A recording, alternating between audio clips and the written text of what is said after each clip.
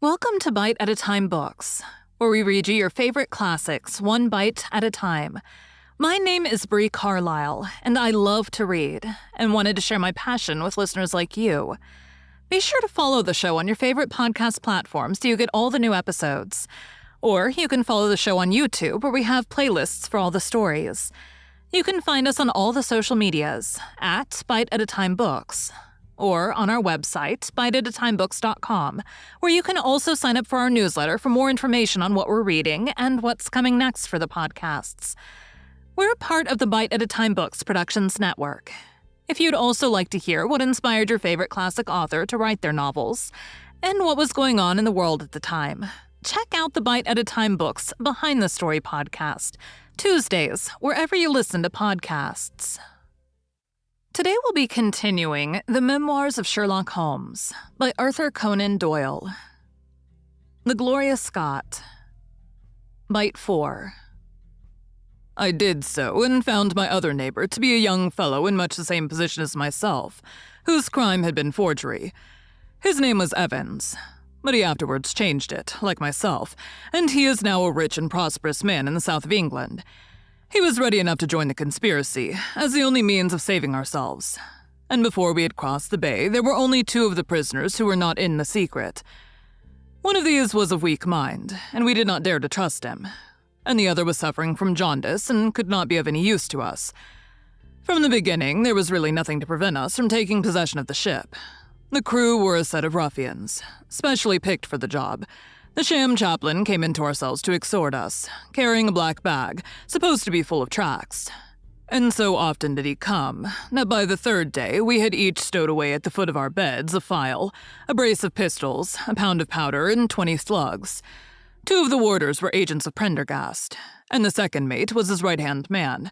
The captain, the 2 mates, 2 warders, Lieutenant Martin, his 18 soldiers, and the doctor were all that we had against us. Yet safe as it was, we determined to neglect no precaution, and to make our attack suddenly by night. It came, however, more quickly than we expected, and in this way. One evening, about the 3rd week after our start, the doctor had come down to see one of the prisoners who was ill, and putting his hand down on the bottom of his bunk, he felt the outline of the pistols. If he had been silent, he might have blown the whole thing, but he was a nervous little chap, so he gave a cry of surprise and turned so pale that the man knew what was up in an instant and seized him. He was gagged before he could give the alarm and tied down upon the bed. He had unlocked the door that led to the deck, and we were through in a rush. The 2 sentries were shot down, and so was a corporal who came running to see what was the matter. There were 2 more soldiers at the door of the stateroom, and their muskets seemed not to be loaded, for they never fired upon us, and they were shot while trying to fix their bayonets. Then we rushed on into the captain's cabin. But as we pushed open the door, there was an explosion from within, and there he lay with his brains smeared over the chart of the Atlantic, which was pinned upon the table, where the chaplain stood with the smoking pistol in his hand at his elbow. The 2 mates had both been seized by the crew, and the whole business seemed to be settled. The stateroom was next to the cabin, and we flocked in there and flopped down on the settees, all speaking together, for we were just mad with the feeling that we were free once more. There were lockers all round, and Wilson, the sham chaplain, knocked one of them in and pulled out a dozen of brown sherry. We cracked off the necks of the bottles, poured the stuff out into tumblers, and were just tossing them off, when in an instant, without warning, there came the roar of muskets in our ears, and the saloon was so full of smoke that we could not see across the table. When it cleared again, the place was a shambles. Wilson and 8 others were wriggling on the top of each other on the floor, and the blood and the brown sherry on that table turned me sick now when I think of it. We were so cowed by the sight that I think we should have given the job up if it had not been for Prendergast. He bellowed like a bull and rushed for the door with all that were left alive at his heels. Out we ran. And there on the poop were the lieutenant and 10 of his men. The swing skylights above the saloon table had been a bit open, and they had fired on us through the slit. We got on them before they could load, and they stood to it like men. But we had the upper hand of them, and in 5 minutes it was all over. My God, was there ever a slaughterhouse like that ship? Prendergast was like a raging devil, and he picked the soldiers up as if they had been children and threw them overboard, alive or dead. There was one sergeant that was horribly wounded and yet kept on swimming for a surprising time, until someone in mercy blew out his brains. While the fighting was over, there was no one left of our enemies except just the warders, the mates, and the doctor. It was over them that the great quarrel arose. There were many of us who were glad enough to win back our freedom, and yet who had no wish to have murder on our souls. It was one thing to knock the soldiers over with their muskets in their hands, and it was another to stand by while men were being killed in cold blood. 8 of us, 5 convicts and 3 sailors, said that we would not see it done. But there was no moving Prendergast and those who were with him.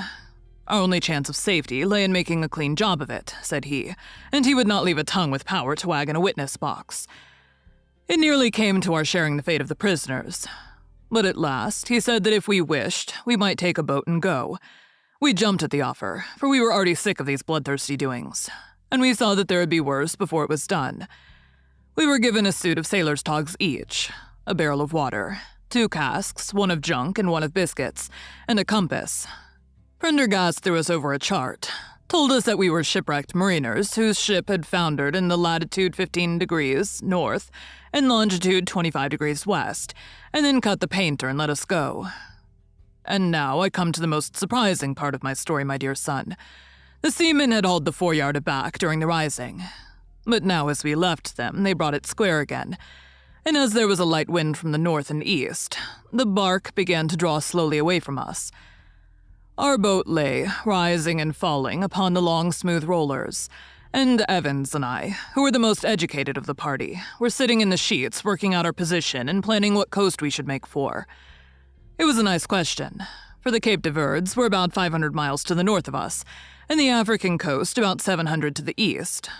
On the whole, as the wind was coming round to the north, we thought the Sierra Leone might be best, and turned our heads in that direction, the bark being at that time nearly hull down on our starboard quarter. Suddenly, as we looked at her, we saw a dense black cloud of smoke shoot up from her, which hung like a monstrous tree upon the skyline. A few seconds later, a roar like thunder burst upon our ears, and as the smoke thinned away, there was no sign left of the Gloria Scott. In an instant, we swept the boat's head round again and pulled with all our strength for the place where the haze still trailing over the water marked the scene of this catastrophe. It was a long hour before we reached it, and at first, we feared that we had come too late to save anyone. A splintered boat and a number of crates and fragments of spars rising and falling on the waves showed us where the vessel had foundered, but there was no sign of life, and we had turned away in despair when we heard a cry for help and saw at some distance a piece of wreckage with a man lying stretched across it. When we pulled him aboard the boat, he proved to be a young seaman of the name of Hudson, who was so burned and exhausted that he could give us no account of what had happened until the following morning. It seemed that after we had left, Prendergast and his gang had proceeded to put to death the 5 remaining prisoners. The 2 warders had been shot and thrown overboard, and so also had the 3rd mate. Prendergast then descended into the 'tween decks, and with his own hands cut the throat of the unfortunate surgeon. There only remained the 1st mate, who was a bold and active man. When he saw the convict approaching him with the bloody knife in his hand, he kicked off his bonds, which he had somehow contrived to loosen, and rushing down the deck, he plunged into the afterhold. A dozen convicts, who descended with their pistols in search of him, found him with a matchbox in his hand, seated beside an open powder barrel which was one of 100 carried on board, and swearing that he would blow all hands up if he were in any way molested. An instant later, the explosion occurred. Though Hudson thought it was caused by the misdirected bullet of one of the convicts, rather than the mate's match. Be the cause what it may, it was the end of the Gloria Scott, and of the rabble who held command of her. Such, in a few words, my dear boy, is the history of this terrible business in which I was involved. Next day we were picked up by the brig Hotspur bound for Australia, whose captain found no difficulty in believing that we were the survivors of a passenger ship which had foundered. The transport ship Gloria Scott was set down by the Admiralty as being lost at sea, and no word has ever leaked out as to her true fate. After an excellent voyage, the Hotspur landed us at Sydney, where Evans and I changed our names and made our way to the diggings, where among the crowds who were gathered from all nations, we had no difficulty in losing our former identities. The rest I need not relate. We prospered, we traveled, we came back as rich colonials to England, and we bought country estates.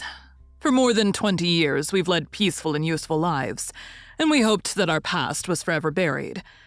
Imagine then my feelings when in the seamen who came to us, I recognized instantly the man who had been picked off the wreck. He had tracked us down somehow. and had set himself to live upon our fears.